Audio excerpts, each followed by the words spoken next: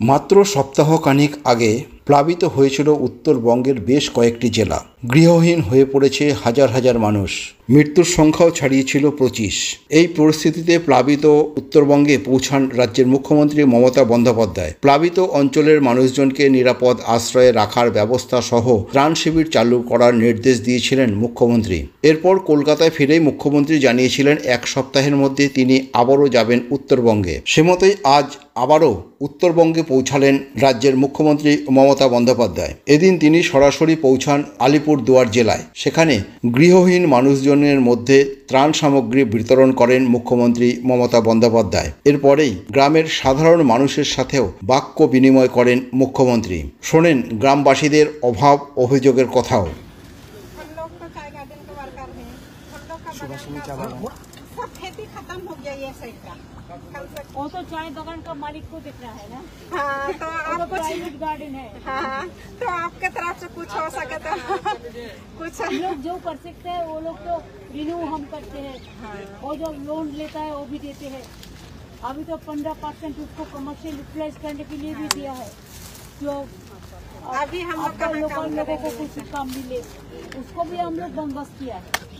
এরপর সাংবাদিকদের মুখোমুখি হয়ে মুখ্যমন্ত্রী মমতা বন্দ্যোপাধ্যায় জানালেন, ইভাকুয়েট করে দিয়েছিল, ফলে এখানে জীবন হানিটা হয়নি। যে জায়গাগুলো ক্ষতিগ্রস্ত হয়েছে তার ফুল সার্ভে করে ডিএম একটা রিপোর্ট তৈরি করেছে, সিএস এর কাছে যাবে। কোন বাড়ি ক্ষতিগ্রস্ত হয়েছে বা কোথায় কি প্রয়োজন। এগ্রিকালচার ডিপার্টমেন্ট যাদের জমি নষ্ট হয়েছে তারা ক্রপ ইন্স্যুরেন্স পাবে, সুতরাং চিন্তা করার কোনো কারণ নেই। এবং আমি একটু এখন বাদবাকি ভিডিও ডিএমকে বলেছি যে ভিডিওটা আপনাদের দিয়ে দিতে, যেটা ওখানে আলোচনা হয়েছে। এবং কিছু মানুষ যারা জীবনের ঝুঁকি নিয়ে কাজ করেছে খুব নিচু তলার, এবং তারা না থাকলে হয়তো অনেক মানুষ বিপদে পড়ত, তাদের এখানে 8 জনকে পুরস্কৃত করা হলো। এবং সব জায়গাতেই এইভাবে করা হবে। আপনারা যান, তাহলে প্রবলেম হয়ে যায়।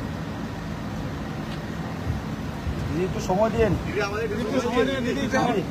আমাদের যাওয়ার একটু যাওয়ার সময় গাড়ি যাচ্ছে,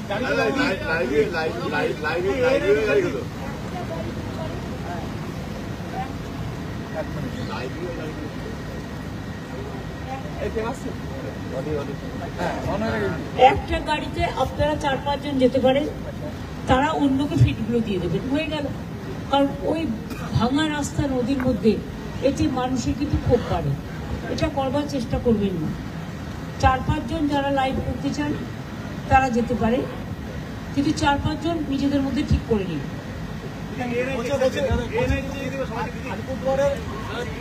ব্যুরো রিপোর্ট, সময়ের বার্তা ডিজিটাল।